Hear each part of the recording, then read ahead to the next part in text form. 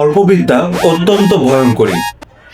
সেরকম সোলপলের হাতে, বগুড়ার ভাষায় একটা কথা আছে, সোলপলের হাতে নোয়া তুলে দেওয়া।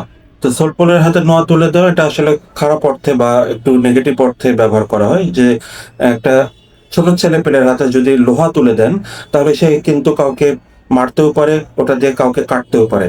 লোহা এটা কোনো ধারালো বস্তু হিসাবেও ব্যবহৃত হতে পারে, অথবা সেটা মানে কোনো দ্বন্দ্ব আকারেও ব্যবহৃত হতে পারে। তো এই জন্য ছোট ছেলে পেলেদের হাতে কখনো লোহা তুলে দিতে নাই।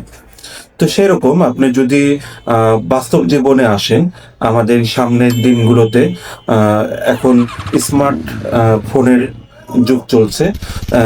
এআইটা আসছে আসছে ভাব করছে, মোটামুটি চলে এসেছে।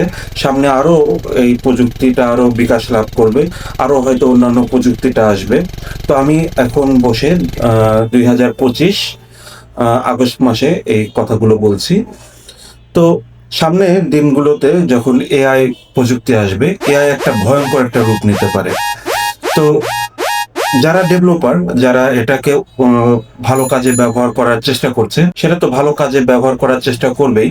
কিন্তু যারা এই এআই এর ইফেক্টটা বোঝে না, বা এআই এর ক্ষতিকর দিক বোঝে না, তো এই ছোলপোলের হাতে নোয়া তুলে দেওয়ার মতো একটা অবস্থা হতে পারে।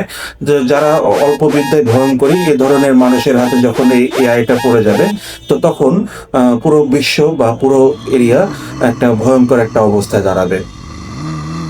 তো এই জিনিসটা আপনাদের মাথায় রাখতে হবে। তো ইন্টারনেট এখন আমরা ব্যবহার করছি, একটা ইন্টারনেটে কিন্তু ভালো দিকও আছে, খারাপ দিকও আছে, সে যেটা এখান থেকে নিতে পারে। সেরকম এই এআই প্রযুক্তি বা সামনে আরো লেটেস্ট কোনো প্রযুক্তি আসবে, সেই প্রযুক্তি খারাপ এবং ভালো দিক আছে। তো আপনি আসলে সোলপোলের হাতে নোয়া তুলে দিবেন, নাকি অল্প বিদ্যা ভয়ঙ্করী বানাবেন, নাকি তাদেরকে সুশিক্ষায় সুশিক্ষিত করে একটি উন্নত জাতি গড়বেন, সেটি পুরোপুরি আপনার বিষয়। তো সবাই ভালো থাকবেন, সবাইকে ধন্যবাদ।